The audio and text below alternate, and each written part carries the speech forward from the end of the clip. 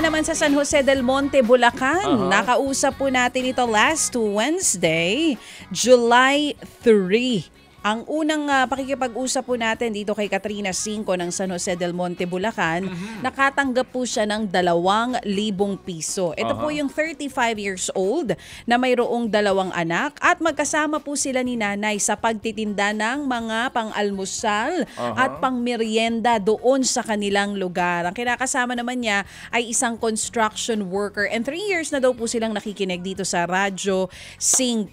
At meron din siya sa ating update video po kasama si Katrina at ang kanyang nanay, maging ang kanilang 2 anak. At ipinakita rin niya sa atin yung kanyang kwento na yung tindahan nila. O ito, makikita niyo po mga Happy Anonymous kung saan niya dinala yung 2,000 pesos na ibinigay po na ng ninyo pong lahat dito nga po sa pamilya ni Ate Katrina Cinco ng Bulacan. Panoorin niyo po mga kapatid. Hello po, good morning po. Hi Sir Ted, Ma'am Cha, sa inyong programa. Ito na po yung pinamili namin ng gamit ng anak ko po para netong pagpasok sa school. Yan po. Ito po yung aking anak, pati ang aking nanay. Hello po. Thank you po sa lahat ng binigay niyo po sa mama ko para po makabili na po ako ng gamit po sa nitong pasukan. Thank you po. Nagpasalamat po ako sa inyo dahil nabigyan niyo ng pangbili ng gamit ng aking anak. At yung naman pong sobra, nabigay po niya sa akin para po na mapili ng gamit ng papa po niya.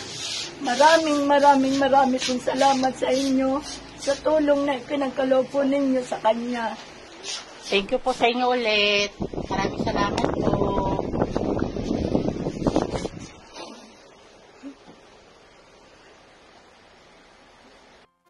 Ito naman yung litrato nung kanilang tindahan ni nanay. At ayan si nanay nakangiti habang nasa loob po nitong kanilang mini tindahan. Maayos na at malinis sa kanilang tindahan. Meron siyang meron siyang picture din na yung kanyang ina ay naglalako. Naka 4-wheel cart. Almusal. Meron siyang cart at ito daw po ay kanilang inilalako sa kanilang barangay. Meron din sila parang parang yung karinderya, kainan sa kanila pong tindahan na ito. Pwede bang tawagan natin si nanay kung sakasakali lang bagong ating winner sa ating What's on Your Mind today? Kung mamarapatin lang po ninyo. Mga kapatid, ito po, si nanay ba ito kumakain? Si nanay ito. Siya tumitikim sa kanilang paninda. Sige, tawagan nga lang natin dahil si nanay po sa kanyang edad, naghahanap buhay pa. Siguro nga din, unang-una, para may ginagawa ka pa, para kumikilos ka pa. Pangalawa, para nga matulungan po kasi si papa daw niya, sinasabi, may kailangan doon ng gamutan. Ito si nanay, ito yung litrato na hinahanap mo, no? Meron po siyang parang bisikleta yung itsura, tapos may parang lalagyan ng mga pagkain sa harap. Si nanay po mismo minsan ang naglalako nitong mga tinitinda nila na almusal at pangmerienda. Alright, sige po. So atin pong kausapin si nanay kung nandiyan ba siya o maging mismong itong si Katrina Cinco ng San Jose del Monte, Bulacan. Hello, good morning. Hello po Sir Ted, good morning po. Uy, salamat Katrina napanood namin yung video. Nakakatuwa naman. Ang layo ng narating ng 2,000, no? Opo. Si nanay mo, ilang taon na?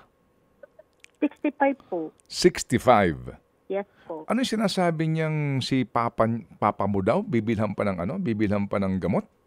Yes po. Kasi si papa po, na po siya, diabetic. Ngayon po, nag-maintenance na po siya. Nag-stop na rin po kasi siya sa work. Dati po kasi nagdi-deliver ng dyaryo si papa. Bike lang po siya. Bike? Sa bisikleta. Ilan to si papa mo? 65. Si mama mo 64. 65 po. 65 po. Si papa po 64. Okay. So si mama mo sa edad na 65, tumutulong pa sa hanap buhay mo talaga? Ako po Sir Ted, ang tumutulong sa mama ko. Ano yung nakita namin na parang kasama siya, meron siyang, merong cooler na pinaglalagyan doon ng pagkain na ililalako? Siya yon? Yes po. Ito ba'y talagang ginagawa niya? Opo. Gaano kadalas?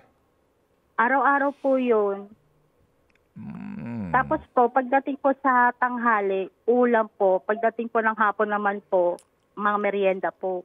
Siya Mga ang... ginatang bilo-bilo. Okay. Siya ang umiikot. Yes po. Ano yun? Nakabalot na ng mga pagkain.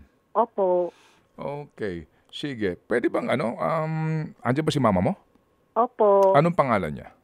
Erlinda 5 po. Erlinda 5. Sino mama mo? Taga Leyte ba rin ito? Bulacan po. Opo. Si papa mo taga Leyte. Opo. Okay. Sige. Pwede kausapin si Nanay Erlinda. Oh. Pwede po. Okay. Sige. Wait lang po. Kausapin ka ni Sir Ted. Hindi siya nalalaw. Opo. Hello, Nanay Erlinda. Hello po. Good morning. Opo. Hello, Nanay. Narinig niyo po ako, Nanay Erlinda? Hello po. Narinig niyo po ako, Nanay? Po. Magandang maga po. Good morning po, Nanay. Narinig niyo po ako? Opo. Ayan. Ano po ang inilok mo niyo kanina? Ano po, yung champurado po, pansit, tsaka po yung macaroni, lugaw, po, yung mga niluluto ko, alas 2 po ng madaling araw ako gumigising. Naubos na ho ba ang nilakuho ninyo?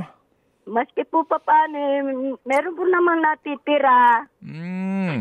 Opo, at gaano ho ito kadalas? Araw-araw ito hanggang Sabado? Opo. Dito ho sa inyo pong sino namamalengke kayo? Ako din po, sa hapon. Tapos kayo nagluluto. Opo, alas 2 po ako nagigising. Anong oras kayo natutulog? Pagkatapos ko po maglako ngayong umaga, miiglip po ako kasi nga po pupunta pa po ako doon sa pabahay. Naglalakad lang po kasi pagka pumupunta doon kasi ang pamasahe po kasi sa tricycle 40.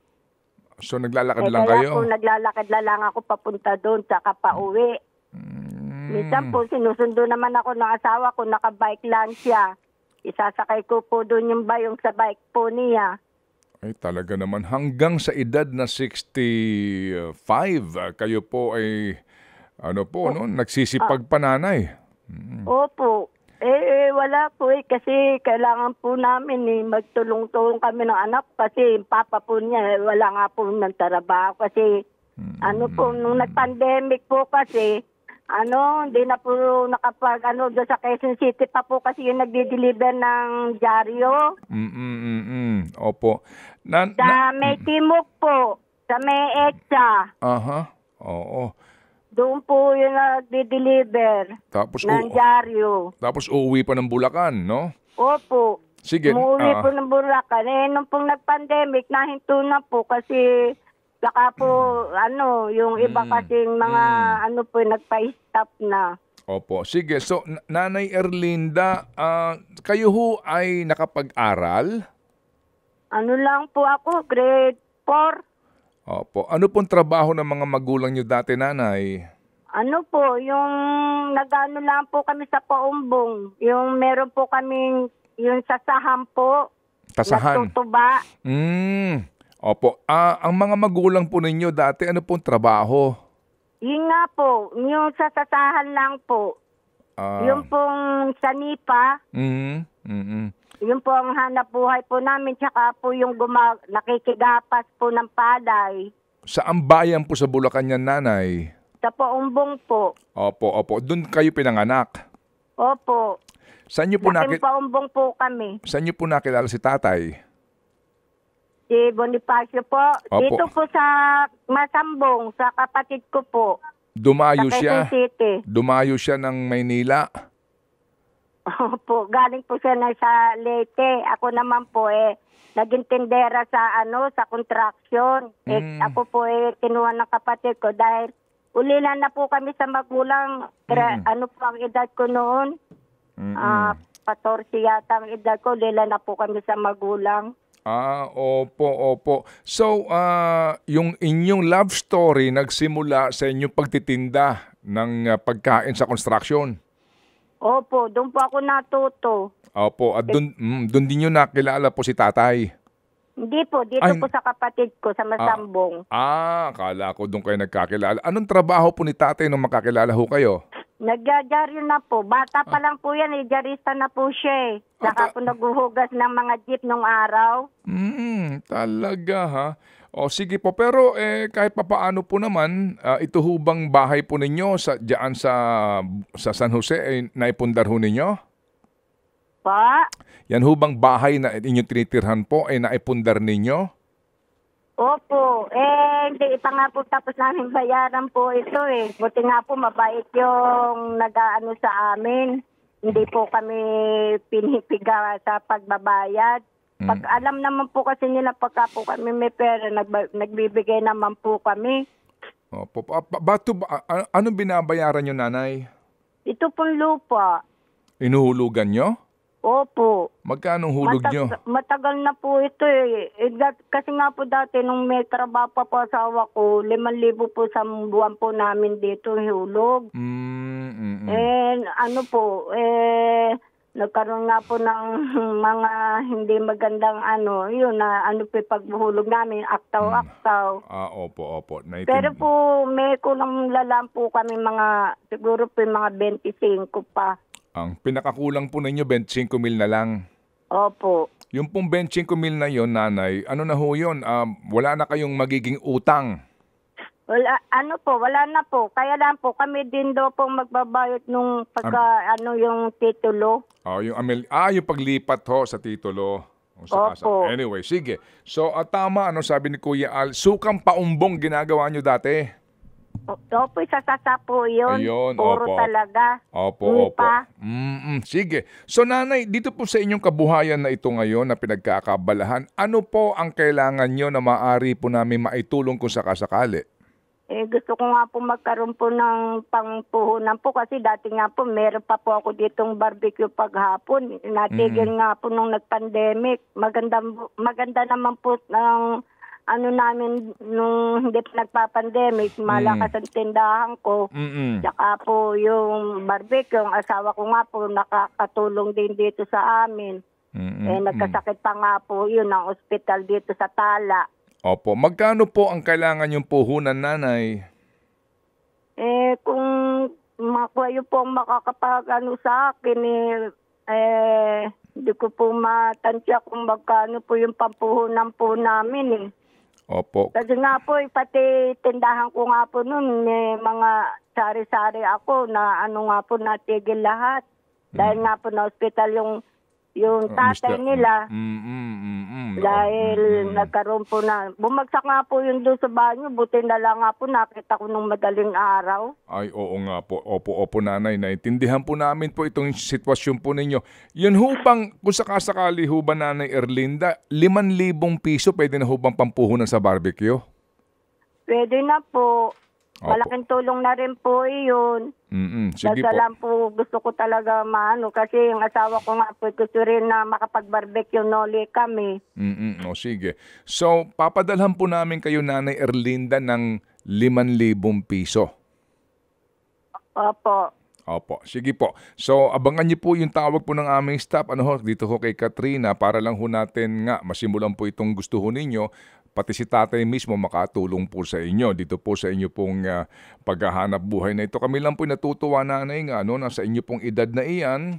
Meron kayong pinagkakabalahan at higit sa lahat din po, alam nyo, sa nangyayari ngayon sa ating bayan, para lang maunawaan ng napakarami sa ating pong mga at sa mga ginagalang na mga tao sa gobyerno na marami pong mga naghihirap na tulad ninyo, Nanay Erlinda.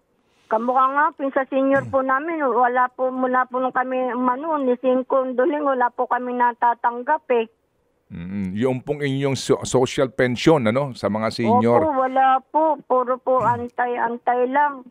Di ho ba't sinasabi 1,000 na ho daw isa dapat?